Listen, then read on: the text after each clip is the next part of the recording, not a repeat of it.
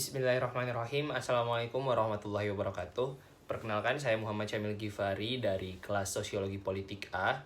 Dan dalam kesempatan kali ini saya akan menjelaskan mengenai teori relasi kuasa yang dikaitkan dengan tema yang telah diberikan oleh Bapak Munawar selaku dosen pengampuh dari mata kuliah Sosiologi Politik. Adapun tema yang saya dapatkan yaitu relasi kuasa dalam pacaran pria dominan. Baiklah, saya akan menggunakan teori relasi kuasa milik Michael Foucault untuk membedah tema yang telah saya sebutkan sebelumnya. Sebelum menjelaskan mengenai teori relasi kuasa milik Michael Foucault, saya akan menjelaskan sedikit mengenai siapa Michael Foucault dan apa itu teori relasi kuasa. Michael Foucault merupakan seorang ilmuwan, seorang ahli sejarah, seorang sosiolog yang lahir di Poitiers, Prancis pada tahun 1926. Dia berasal dari keluarga menengah ke atas, ayahnya seorang ahli bedah dan ibunya merupakan anak dari seorang ahli bedah. Concern dari Foucault sendiri di dalam sosiologi adalah ada beberapa cabang. Yang pertama yaitu sosiologi pengetahuan. Dia juga membahas tentang gender dan seksualitas. Dia juga membahas mengenai penyimpangan dan kejahatan serta mengenai sosiologi pendidikan. Dan salah satu karyanya yang cukup monumental adalah mengenai teori relasi kuasa yang akan saya jelaskan berikutnya. Jika dilihat secara umum, Foucault mendefinisikan kekuasaan menjadi dua bagian, yaitu positif dan negatif. Dalam artian negatif, kekuasaan adalah hasil dari represi, ada kekuatan, paksaan, dominasi kelas, maupun bentuk karisma. Sedangkan dari sisi positif, kekuasaan bagi Foucault adalah seluruh konstruksi tindakan yang melahirkan tindakan lain, baik itu melalui persuasi, rangsangan, larangan, paksaan, maupun rayuan. Kekuasaan bagi Foucault sendiri lebih kepada sebuah nama yang diberikan kepada situasi yang rumit dan penting dalam sebuah masyarakat. Lebih dalam lagi, kekuasaan bagi Foucault itu bentuknya bermacam-macam dan sifatnya terpencar seperti sebuah jaringan, serta kekuasaan bagi dia merupakan hasil dari adanya sebuah perbedaan dan ketidaksamaan. Salah satu hal yang sangat ditekankan Foucault dalam teorinya adalah bahwa kekuasaan itu tidak terlepas dari pengetahuan. Mereka selalu satu, mereka selalu beriringan. Di mana ada kekuasaan, di situ ada pengetahuan. Di mana ada pengetahuan, di situ ada kekuasaan. Kekuasaan dijalankan melalui tata kelola energi, kapasitas dan kehidupan masyarakat, yang dimana pengetahuan menjadi dasar utamanya, sehingga kekuasaan melahirkan pengetahuan dan begitu juga sebaliknya, pengetahuan melahirkan kekuasaan. Pengetahuan yang terorganisir menjadi otoritas kekuasaan yang mampu memutuskan antara benar dan salah, sehingga kekuasaan membuat keterasingan bagi wacana yang tidak bisa menyatu dengan alur utamanya. Pada akhirnya kita dibawa kepada sebuah kesimpulan bahwasanya pengetahuan telah menjadi sebuah bentuk otoritas untuk menetapkan batasan pada sesuatu yang lain, yang berada di luar dari prinsip atau alur utamanya, serta adanya peran kekuasaan untuk menjadi bagian sadar dari realitas yang ada dengan melakukan proses penghayatan nilai, yang nantinya menjadi autopilot bagi gerak langkah seseorang dalam bersosialisasi di masyarakat. Baiklah, sekarang kita akan membahas mengenai tema yang diberikan, yaitu relasi kuasa dalam pacaran pria dominan. Setelah menjelaskan mengenai apa itu relasi kuasa, pada kesempatan kali ini saya akan membahas mengenai pacaran itu sendiri. Pacaran secara umum diartikan sebagai bentuk hubungan, bentuk kasih sayang antara dua insan manusia, baik itu lawan jenis maupun sesama jenis, yang biasanya dilakukan oleh orang-orang sebelum melangkah ke jenjang berikutnya atau jenjang yang lebih serius, yaitu jenjang pernikahan. Pacaran lebih dikenal dengan hubungan saling mengenal antara satu sama lain. hubungan untuk mengetahui apakah dia cocok, apakah dia sesuai dengan kriteria yang diinginkan oleh kita ataupun bagi pasangan kita atau bagi calon pasangan kita. Namun seperti yang kita ketahui, pacaran tidak seindah dengan penjelasan saya. Pacaran lebih dari sekedar hal-hal yang berbau cinta dan berbau kasih sayang, karena pada dasarnya atau pada kenyataannya pacaran lebih rumit daripada hal-hal tersebut.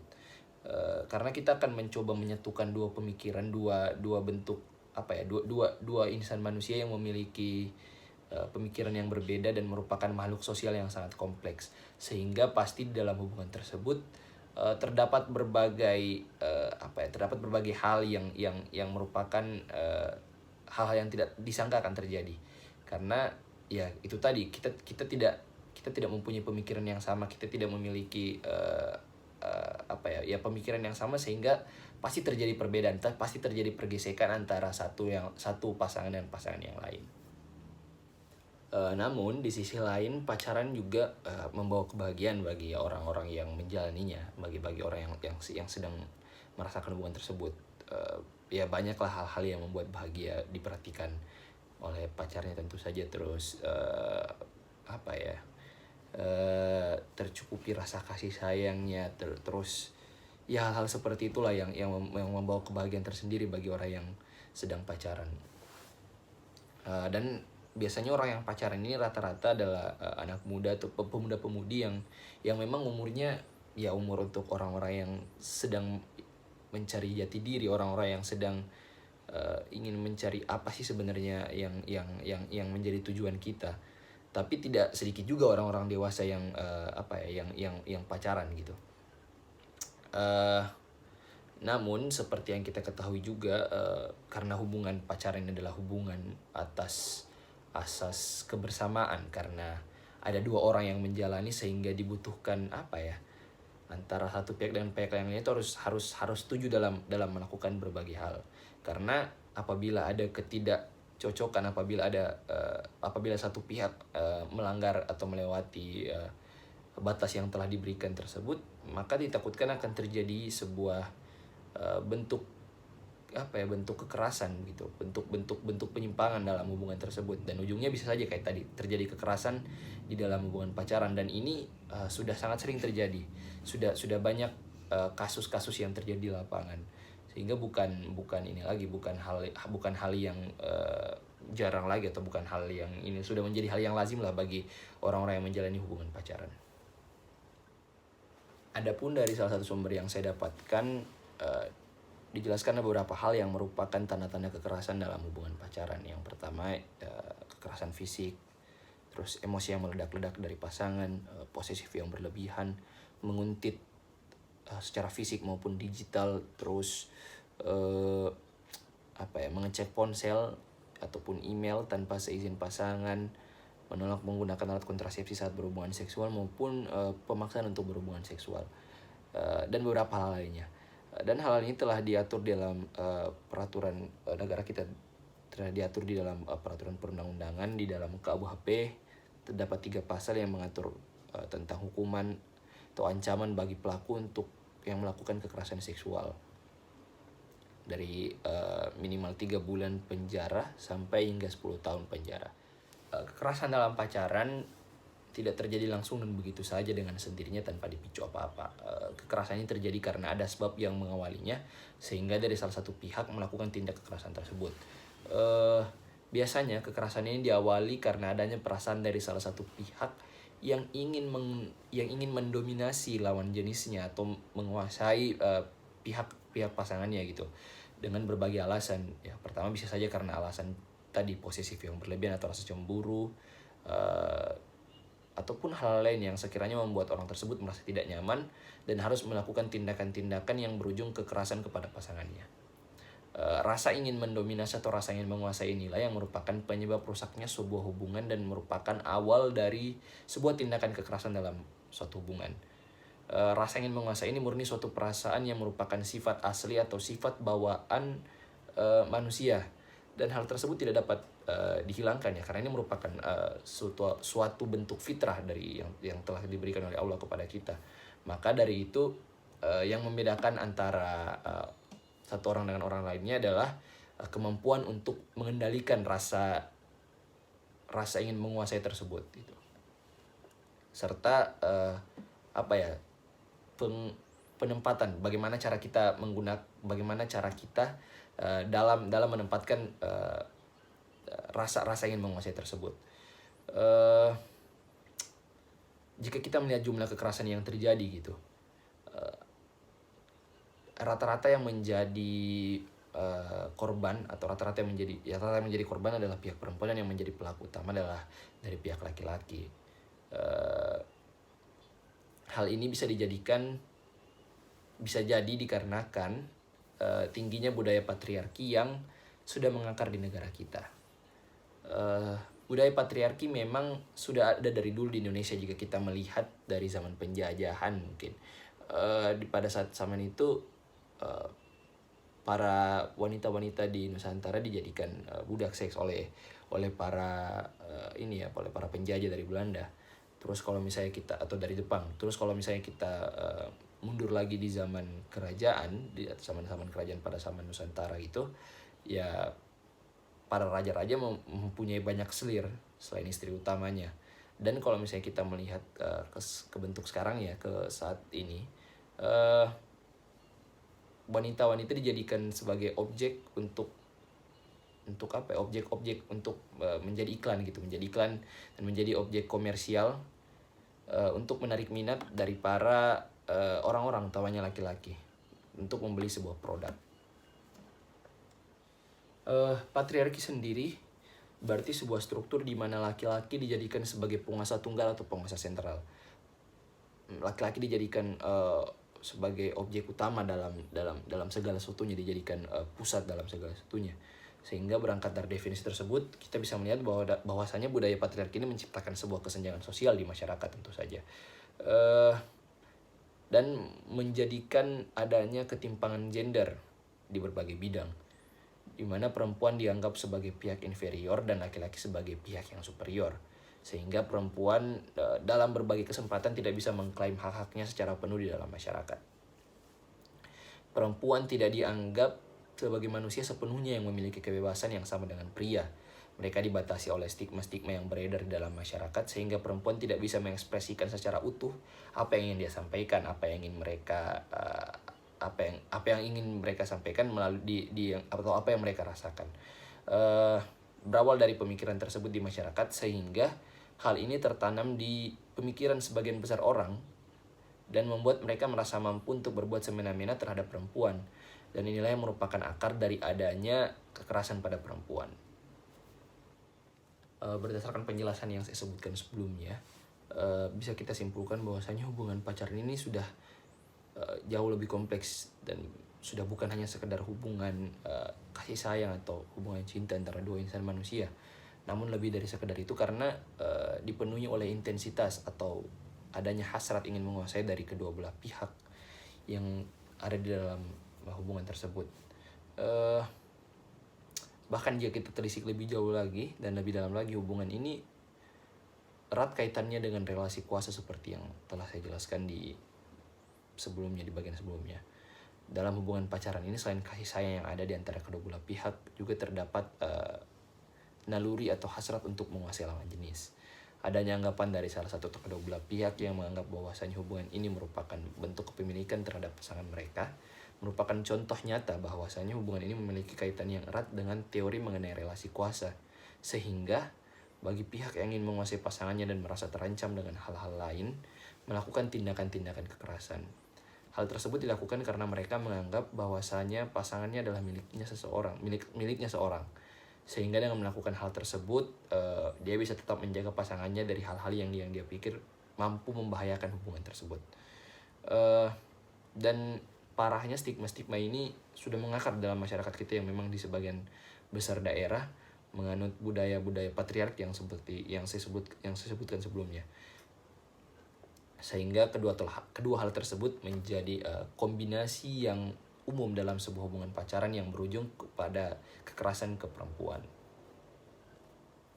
Dan saya tekankan lagi bahwasanya budaya patriarki ini saya pikir mempunyai dampak yang cukup besar dalam adanya stigma-stigma tersebut, karena dalam budaya patriarki yang diprioritaskan adalah laki-laki yang menjadi peran utama atau yang menjadi sentral atau pusat dalam berbagai hal gitu, sehingga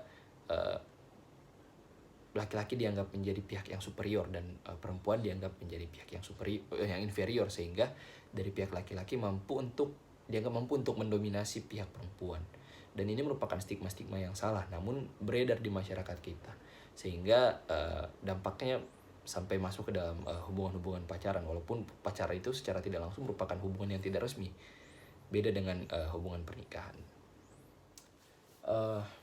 Baiklah, berangkat dari penjelasan-penjelasan yang telah saya sebutkan di atas, maka saya berakhir kepada kesimpulan bahwasanya dominannya seorang pria dalam berpacaran merupakan salah satu bentuk kekuasaan yang nyata dalam sebuah hubungan. Hal tersebut terjadi dikarenakan banyaknya faktor seperti yang sudah saya sebutkan sebelumnya. Namun karena kita menggunakan teori relasi kuasa milik Michael Foucault, maka penyebab hal tersebut bisa terjadi karena adanya sebuah struktur tindakan yang ada dalam hubungan tersebut yang menghasilkan tindakan lain, dan outputnya bisa bermacam-macam.